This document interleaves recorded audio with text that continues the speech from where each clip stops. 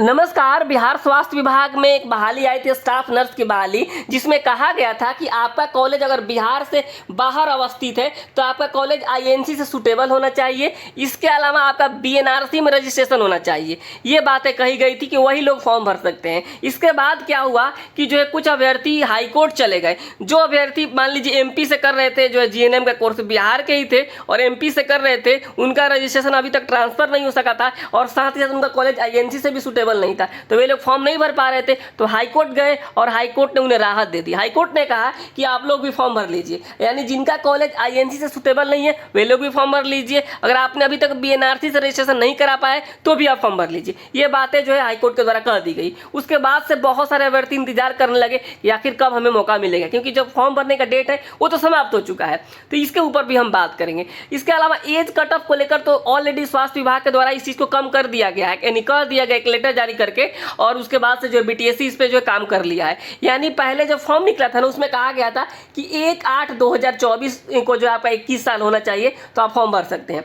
बहुत सारे अभ्यर्थी ईमेल किए, जो है अपना बात पहुंचाए ऊपर तक, तो उसके बाद क्या हुआ कि 1/8/2025 कर दिया गया। यानी दो अब तक बदलाव हो सका है। एक आईएनसी कॉलेज अगर आपका नहीं है तो भी आप फॉर्म भर सकते हैं। इसके अलावा आपका जो है रजिस्ट्रेशन नहीं है तो भी भर सकते हैं। अगर आपका एज 1/8/2025 को 21 साल होता है तो भी फॉर्म भर सकते हैं। ये चीज़ें बता दी आपको। इसके अलावा जो कम से कम कितना नंबर लाना, ये भी आपको बताएंगे इस वीडियो में। बहुत सारे लोग पूछ रहे हैं कि अगर आप मान लीजिए कि हम बिहार से बाहर से हैं तो आपको कितना नंबर लाना है। एक बात और पूछा जा रहा है कि मान लीजिए हम बिहार से हैं और हमने एमपी से किया है तो हम किस कैटेगरी में जाएंगे और हमको कितना नंबर लाना होगा, तो भी बता देंगे। ठीक है, तो ये सारी चीज़ें समझ लीजिए, क्योंकि ज्वाइनिंग जो होने जा रहा है स्टाफ नर्स का, मैं आपको बता दूं, जो है सितंबर के बाद से क्या होगा कि जो है बिहार में आचार संहिता लग जाएगा। बिहार विधानसभा का चुनाव है, बिहार विधानसभा का चुनाव है। उसके पहले जो है सरकार चाहती है कि हम सारी भर्तियों को पूरा कर ले, और उसी क्रम में बिहार स्टाफ नर्स भर्ती भी अब जो इसमें तेजी आएगी। आपने अभी देखा बिहार में एएनएम की बहाली पूरी हुई है, सैटरडे और संडे यहाँ तक ओपन करा दिया गया इस बहाली को पूरा करने के लिए। तो अब स्टाफ नर्स की बारी है, बहुत तेजी से ये काम चल रहा है। सारी चीज़ें आपको इस वीडियो में बता देंगे, तो आप चैनल को सब्सक्राइब कर लीजिए और वीडियो को शेयर कर दीजिए। चलिए इस वीडियो को स्टार्ट करते हैं। देखिए, जब फॉर्म निकला था एक बात कहा गया था, आप सभी को पता ही है कि जो है यहाँ पे आपका आईएनसी से सूटेबल होना चाहिए। अगर आपका कॉलेज बिहार से बाहर का है तो ठीक है, सूटेबिलिटी लेटर चाहिए, बीएनआरसी में रजिस्ट्रेशन चाहिए। तो इन सबको हटा दिया गया है। अब कहा गया है कि आप फॉर्म भर सकते हैं, आप कोई भी है आइए, बिहार आपका स्वागत कर रहा है। इस तरीके से बातें कही गई है बिहार में। जो चीज़ें सच्चाई है मैं आपको बता रहा हूँ। ठीक है, ये बातें कह दी गई, कोई जरूरत नहीं रजिस्ट्रेशन का, कोई जरूरत नहीं आईएनसी सूटेबल का, सब लोग भरिए, बाद में आप रजिस्ट्रेशन करवा लीजिए, आपको समय मिलेगा।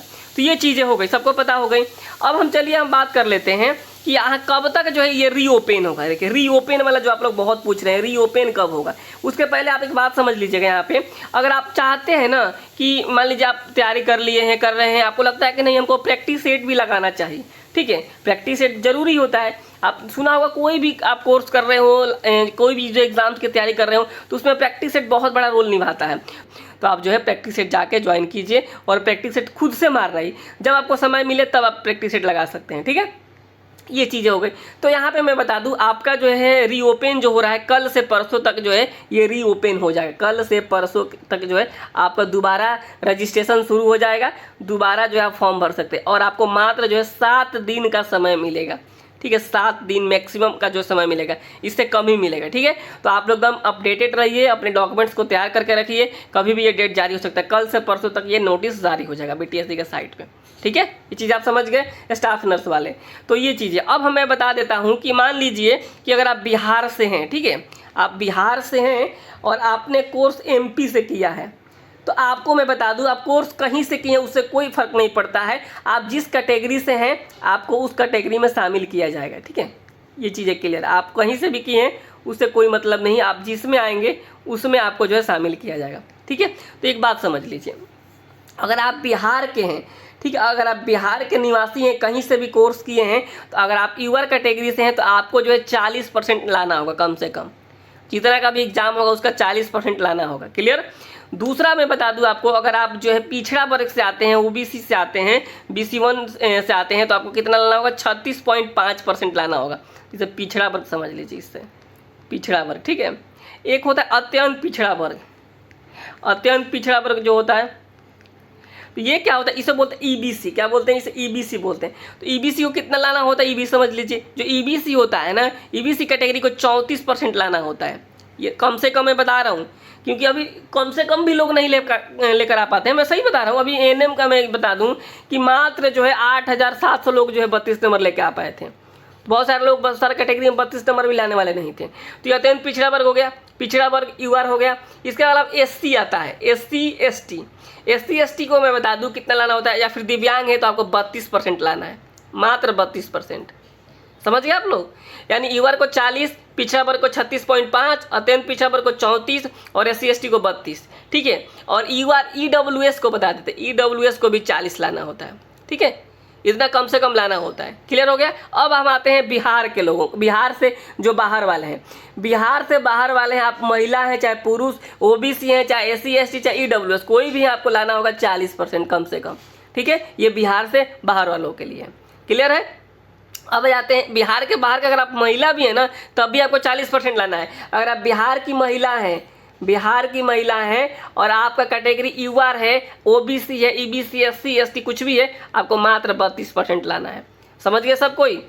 क्लियर है। तो ये चीज़ आप समझ गए तो सही है, नहीं समझे तो दिक्कत वाली बात है कि 32% लाना है। किनको लाना है 32%? तो उनको लाना है जो कि बिहार की महिला है किसी भी कैटेगरी से। ये जो मैंने बताया ये सारा पुरुषों के लिए बताया। ठीक है, चलिए। तो इस तरीके से आप समझ गए होंगे किसको कितना नंबर लेके आना है। तो आप लोग जो अपडेटेड रहिए, बीटीएससी के वेबसाइट को विजिट करते रहिए, बहुत जल्द आपको अपडेट मिलेगा। मैंने बता दिया कल से परसों तक के बीच में आपका दोबारा रजिस्ट्रेशन शुरू हो जाएगा। और ये चीज़ है यानी स्टाफ नर्स का जो फॉर्म है रीओपन 2 से 3 दिनों में हो जाएगा। ठीक है, कल से परसों तक। और एज के कट ऑफ 1/8/2025 हो गया है। नॉन आईएनसी कॉलेज वाले और या फिर विदाउट रजिस्ट्रेशन वाले भी फॉर्म भर सकते हैं। कम से कम कितना नंबर लाना है कैटेगरी वाइज मैंने बता दिया। 1 हफ्ते का समय जो है मिलेगा और ज्वाइनिंग जो आपको सितंबर के आसपास हो जाएगी। ठीक है, सितंबर फर्स्ट वीक तक आपकी ज्वाइनिंग कराई जा सकती है, क्योंकि जो है चुनाव है और चुनाव के पहले ये भर्ती पूरी हो जाएगी। तो ठीक है, इस वीडियो में इतना ही। 1-2 दिन इंतजार कर लीजिए। जो डॉक्यूमेंट नहीं है आपका डॉक्यूमेंट सही कर लीजिए और फॉर्म भरने की तैयारी कर लीजिए। और साथ ही अगर आप प्रैक्टिस लगाना चाहते हैं तो लगा भी लीजिए। नमस्कार, धन्यवाद।